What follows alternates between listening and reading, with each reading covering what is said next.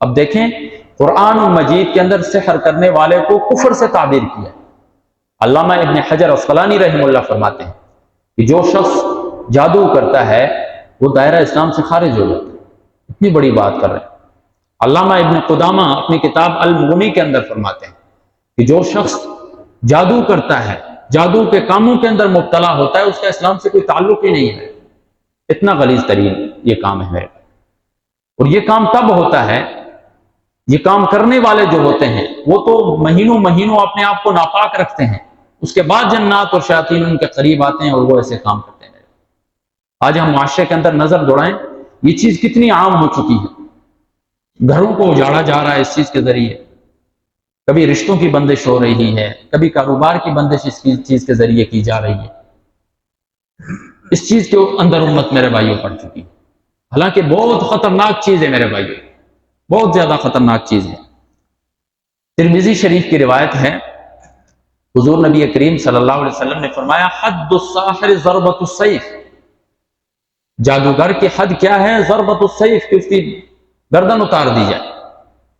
حضرت عمر فاروق رضی اللہ تعالی عنہ اپنی عمر کے آخری عمر میں تھے تو حکم جاری کیا کہ اقتلوا کل ساحر و ساحر، ہر جادوگر اور جادوگرنی جو ہوتی ہے اس کو قتل کر. اس لیے کہ اس کے ذریعے امت کے اندر فساد پھیل رہا ہے، اس کے ذریعے فتنہ پھیل رہا ہے امت کے ذریعے.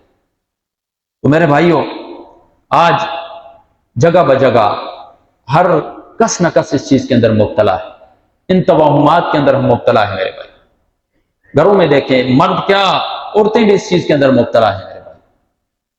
تو ہمیں کوشش کرنی ہے کہ ہم ان چیزوں سے بچیں میرے، خود بھی بچیں اور اپنے اہل و عیال کو بھی اس سے بچائیں. اس کے لیے ہم نے کیا کرنا ہو؟ اس کے لیے ہم نے اعمال کرنے ہوں میرے. ایک تو یہ ہوتا ہے کہ ہمارے لوگوں میں تو جب ایک چیز رائج ہو جاتی ہے پھر وہ یہی سوچتے ہیں کہ کسی نے جادو کرا دیا. کاروبار بند ہو گیا ہے، یہ سوچتے ہیں کسی نے جادو کرا دیا.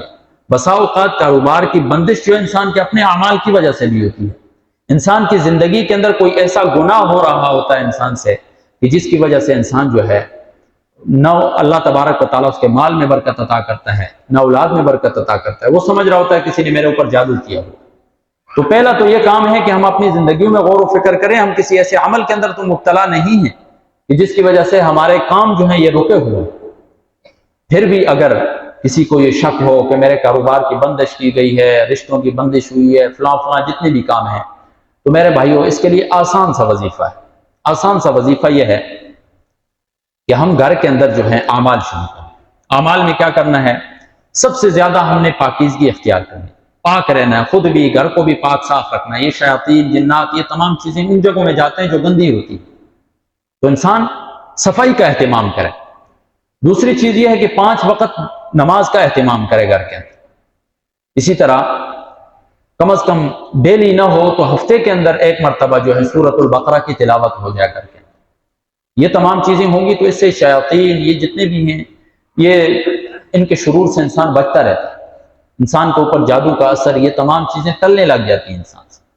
اسی طرح علماء کرام ایک اور مجرب طریقہ بھی بتاتے ہیں کہ اول آخر درود شریف پڑھ کر سورہ علم نشرح پڑھ لے، سورہ فاتحہ پڑھ لے، 4 قل پڑھ لے. جو شخص ڈیلی صبح 7 مرتبہ پڑھ کے گھر سے نکلتا ہے، اللہ تبارک و تعالیٰ ان تمام چیزوں سے بچاتا ہے، اس کی حفاظت فرماتا ہے. تو ان تمام چیزوں کو بھی کرنے کی ضرورت ہے میرے. اس کے علاوہ ایک اور دعا بھی ہے، موطا امام مالک کی روایت ہے.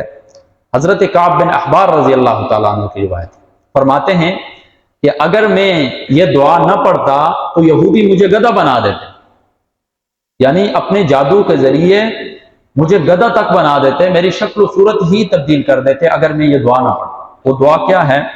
اعوذ بوجہ اللہ العظیم الذی لیس شیء اعظم منہ وبکلمات اللہ التامات التي لا يجاوزهن بر ولا فاجر وباسماء اللہ الحسنى كلها ما علمت منها وما لم اعلم من شر ما خلق وذر وبرأ.